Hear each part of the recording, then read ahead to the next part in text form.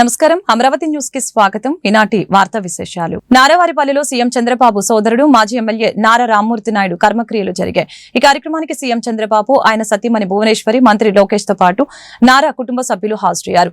రామ్మూర్తి నాయుడు కుమారుడు సినీ నటుడు నారా రోహిత్ కర్మక్రియలు నిర్వహించారు. కార్యక్రమంలో రాష్ట్ర మంత్రులు అచ్చెన్నాయుడు, నిమ్మల రామానాయుడు, అనగాని సత్యప్రసాద్ తో పాటు పలువురు టీడీపీ ఎమ్మెల్యేలు, నేతలు పాల్గొన్నారు. కర్నూలులో హైకోర్టు బెంచ్ ఏర్పాటుకి స్థల పరిశీలన చేస్తున్నామని, సాధ్యమైనంత త్వరగా ఈ ప్రక్రియ పూర్తి చేస్తామని రాష్ట్ర పరిశ్రమల శాఖ మంత్రి టీజీ భరత్ తెలిపారు. వైసీపీ ప్రభుత్వం న్యాయ రాజధాని పేరుతో ప్రజల్ని మోసం చేసిందని తెలియజేశారు. కర్నూలులో హైకోర్టు బెంచ్ పెడతామని మాత్రమే ఎన్నికల్లో హామీ ఇచ్చామని, అసెంబ్లీలో ప్రకటనకి ముందే బెంచ్ ఏర్పాటు ప్రక్రియ ప్రారంభించామని తెలిపారు. బెంచ్ శాశ్వత భవన నిర్మాణానికి ఏడాదిన్నర పట్టొచ్చని, 6 నెలల్లో హైకోర్టు బెంచ్ ప్రక్రియ ఏర్పాటయ్యేలా అవకాశం ఉందని చెప్పారు. లోకాయుక్త, ఎన్ఆర్సీ కార్యాలయాలు కర్నూలులోనే ఉంటాయని తెలిపారు. కర్నూలు నుంచి కార్యాలయాల తరలింపు అనేది వైసీపీ దుష్ప్రచారమేనని మంత్రి తెలిపారు. పోలీస్ కస్టడీలో తనను హింసించిన కేసులో సుప్రీంకోర్టు విచారణపై డిప్యూటీ స్పీకర్ రఘురామకృష్ణంరాజు సంతృప్తి వ్యక్తం చేశారు. రేణుగుంట విమానాశ్రయంలో ఆయన మీడియాతో మాట్లాడారు. తనపై దాడి చేసిన అధికారులు అరెస్టు అయ్యారని చెప్పారు. త్వరలో మరికొందరు అరెస్టు అవుతారని పేర్కొన్నారు. విజయ్ పాల్ నన్ను అక్రమంగా అరెస్టు చేసి దురుసుగా ప్రవర్తించారని చెప్పారు. అప్పటి సిఐడి మాజీ చీఫ్ సునీల్ కుమార్ తన ప్రైవేట్ సిబ్బందితో నాపై దాడి చేయించారు. త్వరలో ఆ వివరాలు కూడా బయటకు వస్తాయని అన్నారు. సునీల్ కుమార్ రాష్ట్రం, దేశం విడిచిపోకుండా ప్రభుత్వం వెంటనే చర్యలు చేపట్టాలని రఘురామకృష్ణంరాజు చెప్పారు.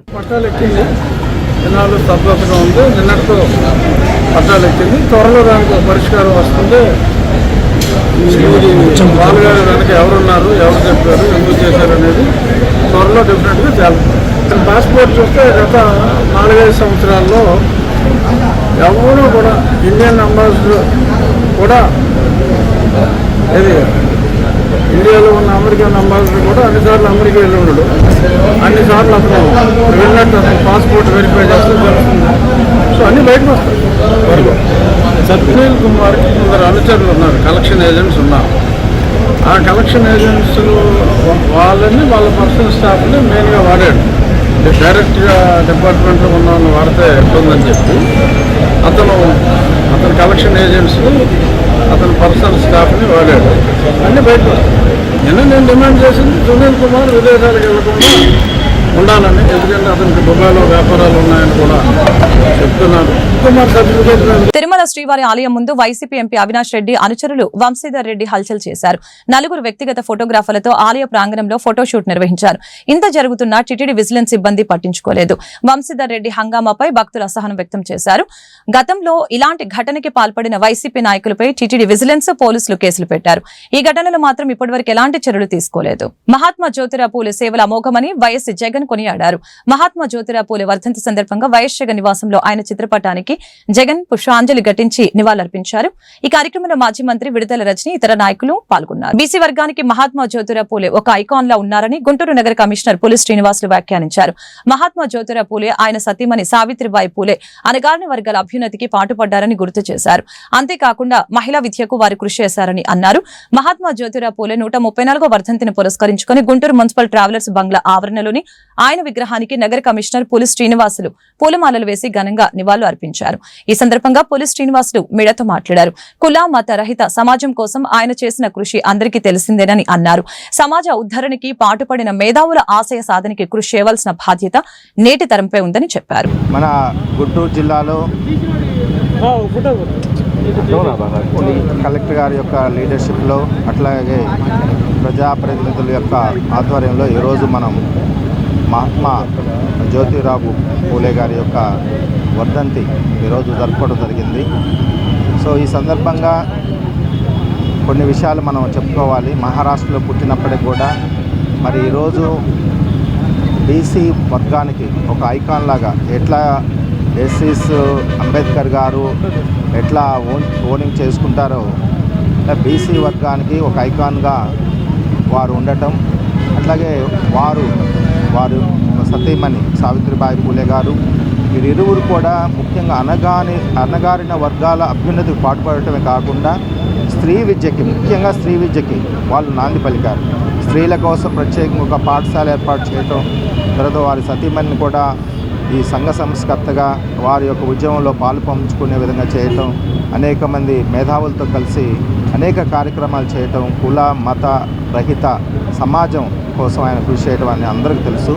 సో వారిని ఈరోజు మనం స్మరించుకుంటూ వారికి ఇలా నివాళులర్పించడం అనేది చాలా గర్వకారణం. వారి యొక్క జీవితాలను ఆదర్శంగా తీసుకొని వారి సత్యమణి యొక్క జీవితాలను ఆదర్శంగా తీసుకొని మనందరం కూడా కొనసాగాల్సిన అవసరం ఉంటుంది. అట్లాగే భావితరాలకు కూడా వాళ్ళు చేసినటువంటి మంచి పనులు, వాళ్ళు చేసినటువంటి సేవ అవన్నీ కూడా మనం క్యారీ ఫార్వర్డ్ చేయాల్సినటువంటి అవసరం ఉంటుంది. కాబట్టి ఈ సందర్భంగా ప్రజలందరినీ కూడా నేను ముఖ్యంగా నగరపాలక సంస్థలో ఉన్నటువంటి అందరినీ కూడా కోరుకునేది ఏంటంటే బీసీ వర్గాలు, ఎస్సీ వర్గాలు, ఎస్టీ వర్గాలు, మైనార్టీ వర్గాలు, అగ్రవర్ణాల్లో కూడా పేద వర్గాలు వీళ్ళందరి అభ్యున్నతికి మనందరం కూడా నడుము కట్టి మేధావులు ఎవరైతే సమాజ ఉద్ధరణ కోసం పాటుపడ్డారో వాళ్ళందరి యొక్క ఆశయ సాధనలో మనం అందరం కూడా ముందడుగేద్దామని తెలియజేసుకుంటూ ఈ సందర్భంగా నాకు ఈ 4 మాటలు చెప్పడానికి అవకాశం కల్పించినటువంటి ముఖ్యంగా బీసీ సమాజానికి అట్లాగే ఇక్కడ ఉన్నటువంటి నాయకులందరికీ కూడా ధన్యవాదాలు తెలియజేసుకుంటాం. వర్ధంతి సందర్భంగా ఇక్కడ విచ్చేసినటువంటి అధికారులకి, ప్రజాప్రతినిధులకి, కలెక్టర్ గారికి, అలాగే స్థానిక ఎమ్మెల్యేలకి అందరికీ కూడా ఈ సందర్భంగా శుభాకాంక్షలు తెలియజేస్తూ ఉన్నాం.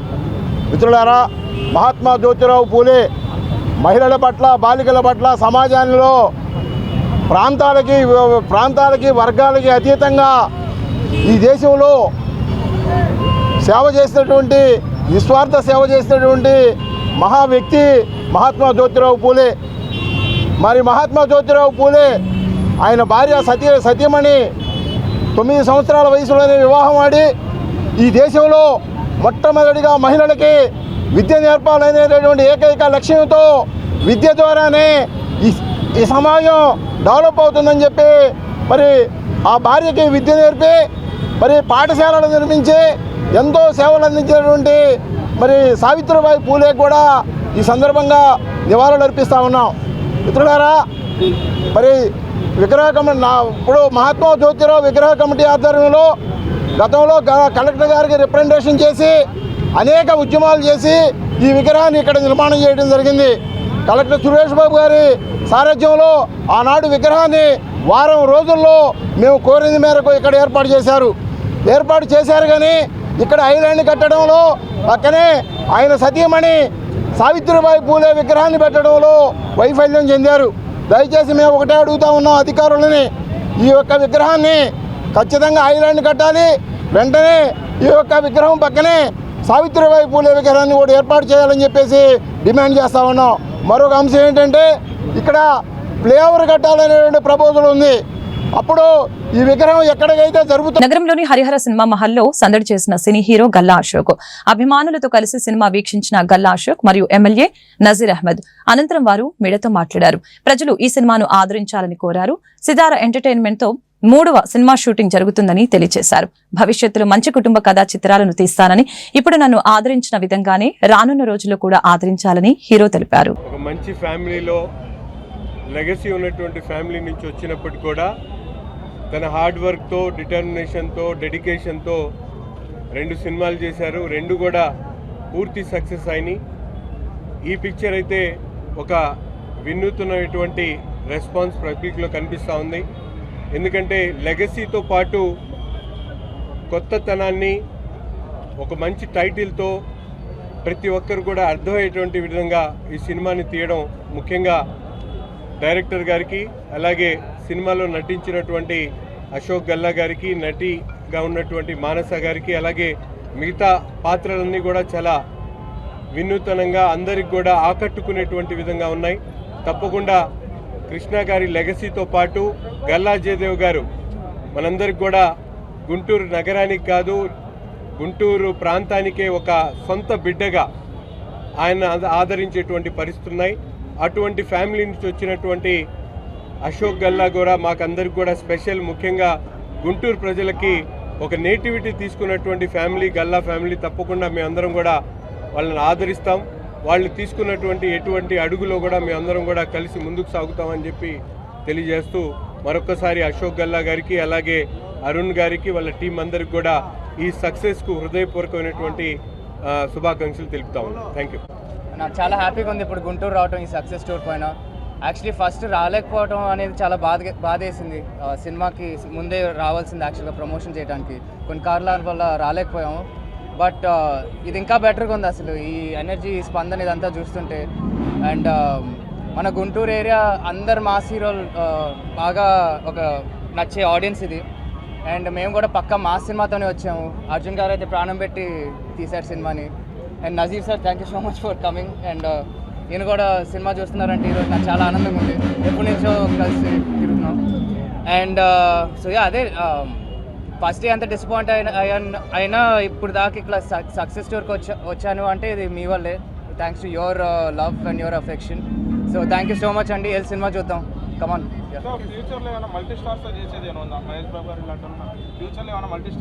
ఫ్యూచర్లో ఏదైనా జరగచ్చు. So I would love to. అది ఛాన్స్ వస్తే డెఫినెట్గా చేస్తాను. ఇప్పటికైతే next cinema third cinema run అవుతుంది సితారా ఎంటర్టైన్మెంట్స్ బ్యానర్లో. అండ్ అది కూడా మంచి రామ్ కామ్ సినిమా. అది కూడా బాగా ఎంజాయ్ చేస్తారు. అది కూడా త్వరలోనే అయిపోతుంది. సో మీరు చూస్తారు. బాబే మహేష్ బాబే.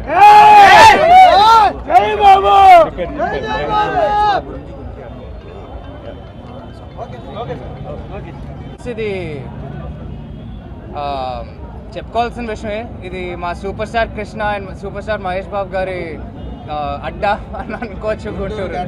సామాజిక న్యాయం కోసం మహాత్మా జ్యోతిరావు పూలే అహర్నిశలు శ్రమించారని గుంటూరు పశ్చిమ తూర్పు ఎమ్మెల్యేలు మహమ్మద్ నజీర్ అహ్మద్, గల్లా మాధవి గుర్తు చేశారు.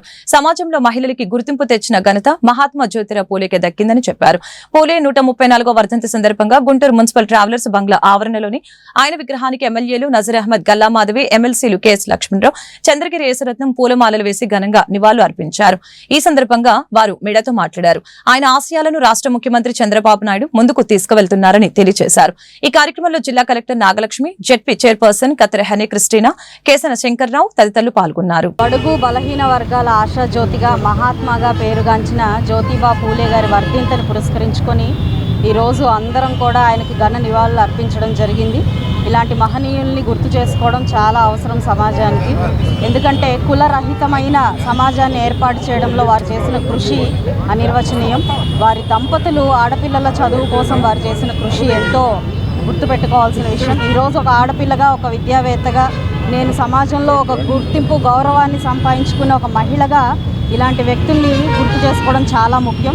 ఎందుకంటే ఆనాడు వారు చేసిన కృషికి ఫలితమే ఈరోజు మా ఈ స్త్రీలు చదువుల్లో కానివ్వండి, సామాజికంగా గౌరవ మర్యాదల్లో కానివ్వండి ముందుంటున్నారు. సో అలాంటి వారందరినీ కూడా గుర్తు చేసుకోవడం మా బాధ్యత.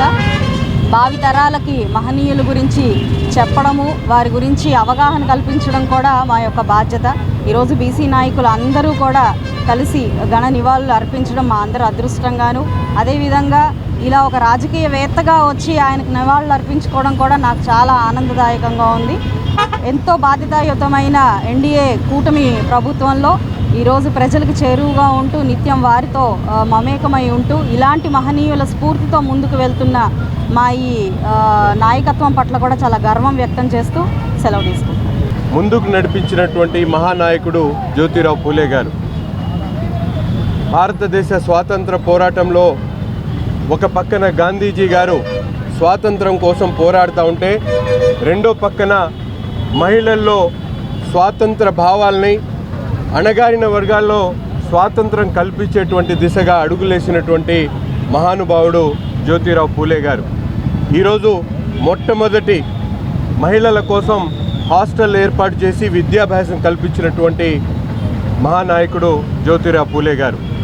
సామాజిక సంస్కర్తగా అణగారినటువంటి వర్గాలకు ఒక బృహత్తరమైనటువంటి ఆలోచనతో వారందరూ కూడా ఏదైతే ఓసీ వర్గాలతో పాటు సమానంగా ముందుకు సాగాలని, అణగారినటువంటి వర్గాలకు సమాన హక్కులు కల్పించాలని, వారికి చదువు విద్యాభ్యాసం ద్వారానే విజ్ఞానం కలుగుతుందని, తద్వారా సమాజంలో సమాన స్థాయికి ఎదగలుగుతారని భావనతో ఆ రోజు మొదలుపెట్టినటువంటి ప్రయత్నం ఈరోజు మా నాయకుడు చంద్రబాబు నాయుడు గారు బీసీలు, అణగారినటువంటి వర్గాలకు పెద్దపీట వేస్తూ వారి కోసం ఒక సామాజిక వర్గాన్ని కాపాడుకోవడానికి ఈరోజు వారందరికీ కూడా కొత్త చట్టాన్ని రూపొందించి అణగారినటువంటి వర్గాలకు అవకాశాలు కల్పిస్తూ, మహిళలకు సమాన అవకాశాలు కల్పిస్తూ, సాక్షాత్తు ఒక హోంమంత్రి కూడా మహిళకి ఇచ్చినటువంటి పరిస్థితులు కానీ, అంతేకాకుండా ఉద్యోగ అవకాశాల్లో రాజకీయ రిజర్వేషన్లో కూడా గత ప్రభుత్వం చేసినటువంటి తప్పిదాలన్నింటినీ కూడా సరిచేస్తూ ఈరోజు 33%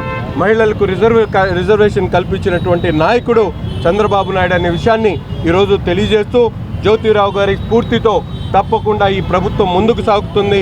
అణగారినటువంటి వర్గాలకు మహిళలకు సమాన ప్రాధాన్యత ఇస్తూ ఈ ప్రభుత్వం ఈ రాష్ట్రాన్ని అభివృద్ధి పదంలో ముందుకు తీసుకొని వెళ్తుందని ఈ సందర్భంగా తెలియజేస్తా ఉన్నాం. భారతదేశంలో 180 సంవత్సరాల క్రితమే జ్యోతిరావు పూలే, ఆయన భార్య సావిత్రిబాయి పూలే ఇద్దరు కూడా సామాజిక చైతన్యం కోసం, మహిళా చైతన్యం కోసం, మహిళా విద్య కోసం ప్రత్యేకమైన కృషి చేశారు. ఈరోజు జ్యోతిరావు పూలే 134వ వర్ధంతి. ఈ సందర్భంగా ఆయనకి నివాళులు అర్పిస్తూ ఉన్నాను.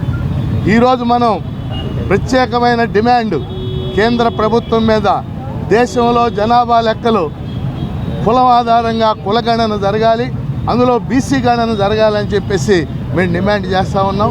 ఎందుకంటే భారతదేశంలో కులం ఆధారంగా జనాభా లెక్కలు 1931లో మాత్రమే జరిగినాయి.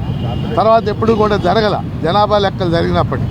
అందుకని బీసీ జనాభా తేలితేనే బీసీ జనాభాకి న్యాయం జరిగేటటువంటి అవకాశం ఉంది.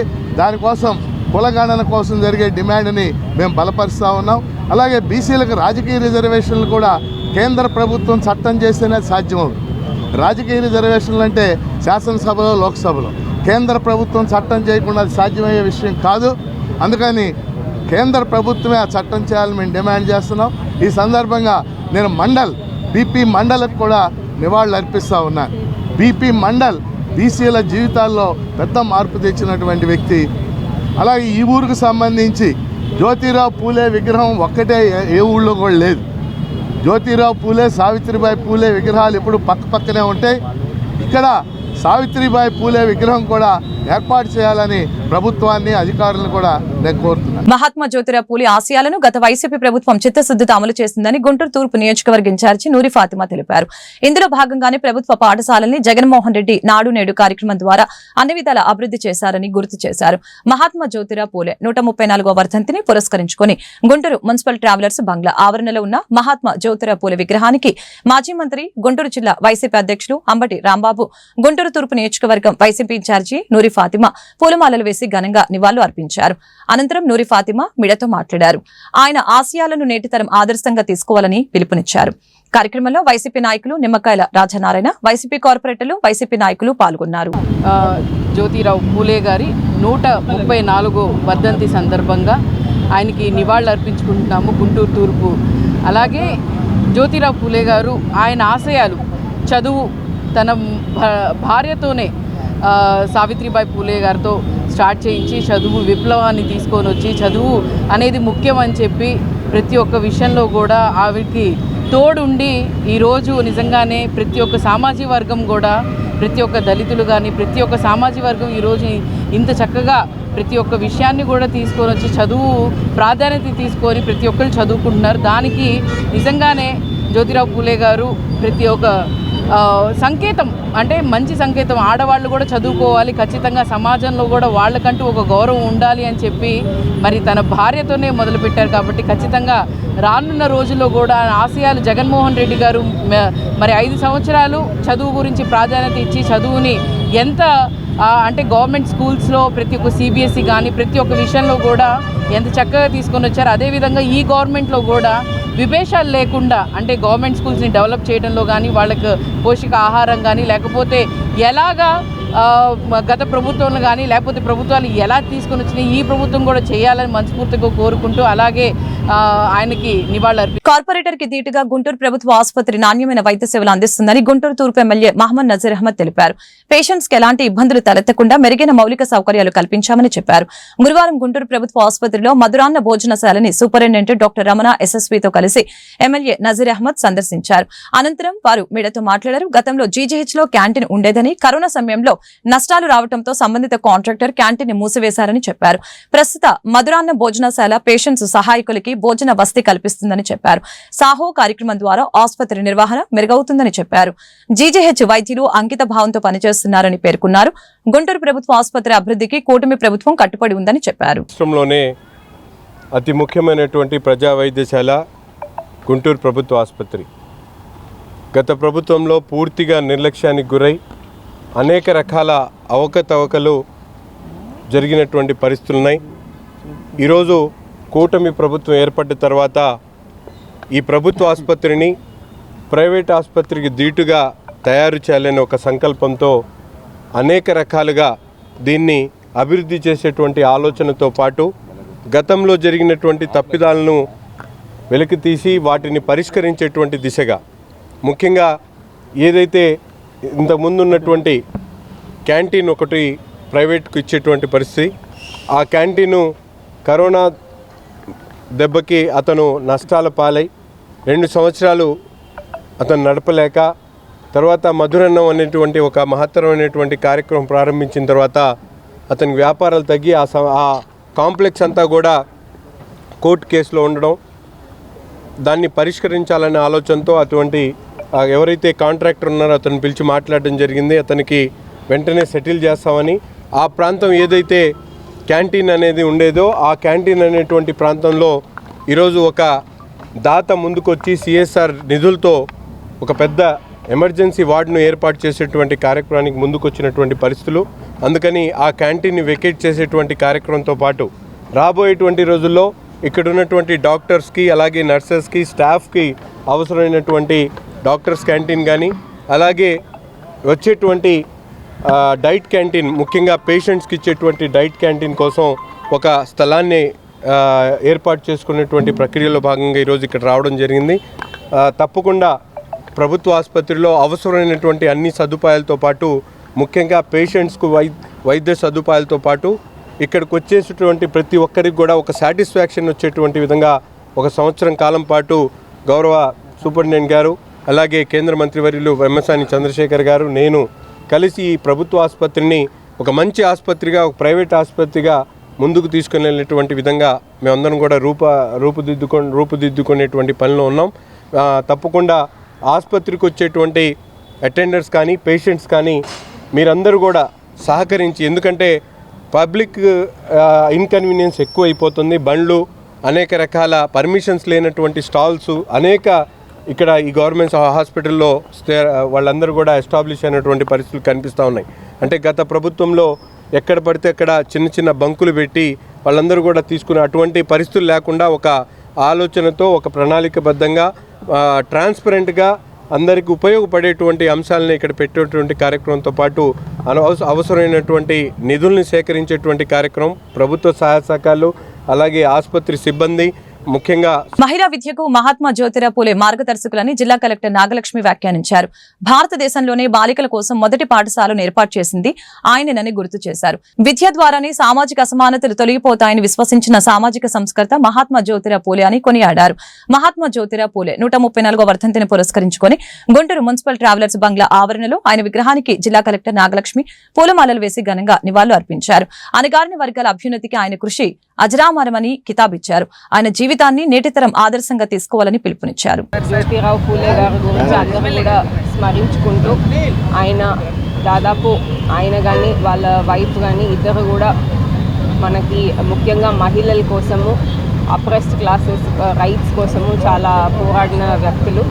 ఇండిపెండెన్స్ టైంలో దానికి ముందు కూడా సమాజంలో చాలా సమస్యలు ఉన్నప్పటికీ మహిళల్ని ఇంకా డిప్రెస్ క్లాసెస్ని అప్రెస్ క్లాసెస్ని చాలా హీనంగా సొసైటీ ట్రీట్ చేస్తూనే అనే అంశం మీద అప్పటికే చాలా ఓపెన్గా స్పీక్అవుట్ చేసిన వ్యక్తి ఆయన వాళ్ళ వైఫ్ మాట్లాడటమే కాదు వాళ్ళని ఇంకా కూడా వాళ్ళ లైఫ్ని మెరుగుపరచడానికి ఆయన ఫస్ట్ వాళ్ళ వైఫ్కే ఎడ్యుకేషన్ అనేది స్టార్ట్ చేయడం జరిగింది. అట్లాగే వాళ్ళ ఇంట్లో కూడా సిస్టర్తో ఎడ్యుకేషన్ కూడా స్టార్ట్ చేయడం జరిగింది. తర్వాత ఆయన వాళ్ళ ఫ్రెండ్స్ కలిపి మహిళల కోసము గర్ల్స్ చిల్డ్రన్ కోసం ఒక స్కూల్ కూడా ఏర్పాటు చేయడం జరిగింది. ఇదంతా ఎప్పుడంటే 1848లో, అంటే సమాజంలో ఆ కాలంలో ఇట్లాంటి థాట్స్ లేని సమయంలో ఆయన దీనికి ముందడుగు వేశారు.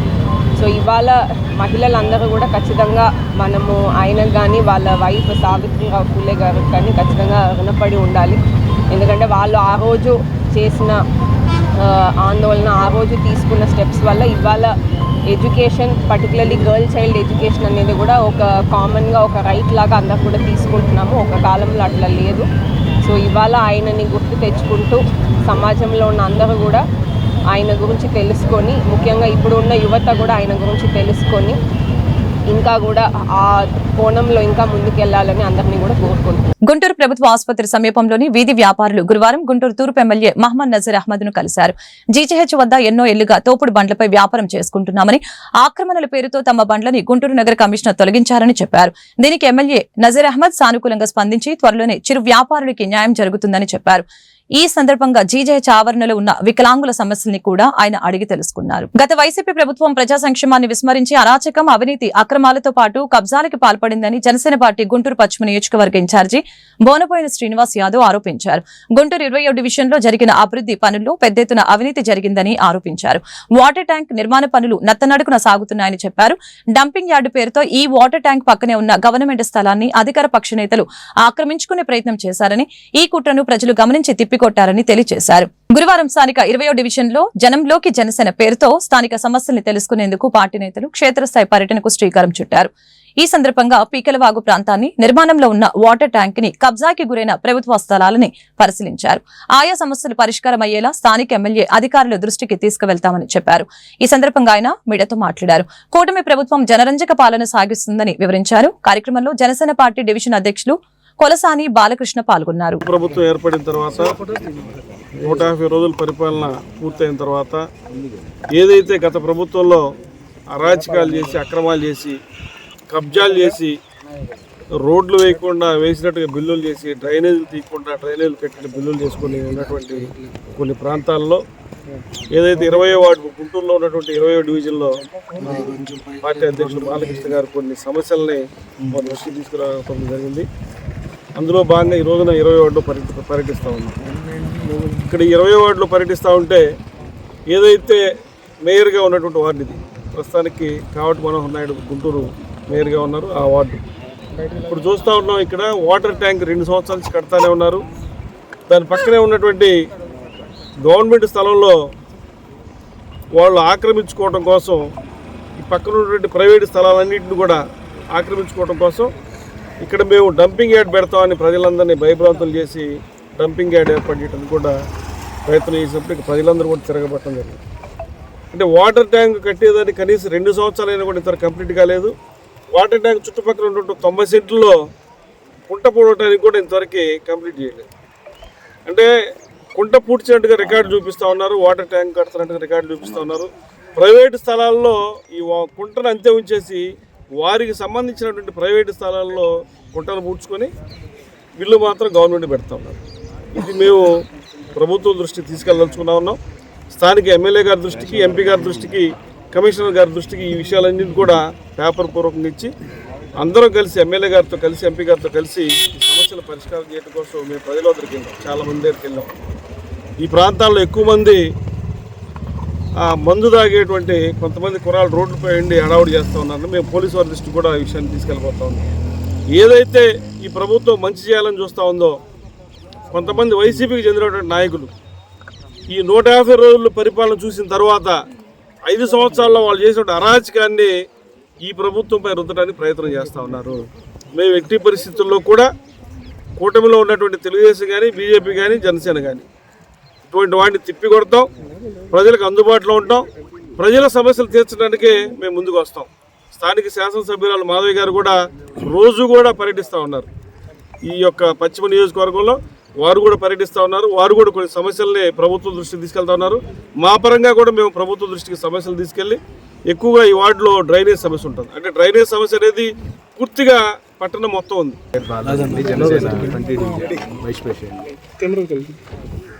ఈరోజు మన 20 డివిజన్లో ఈ నగర పర్యటన జరుగుతూ ఉంది. జనంలోకి జనసేన కార్యక్రమం.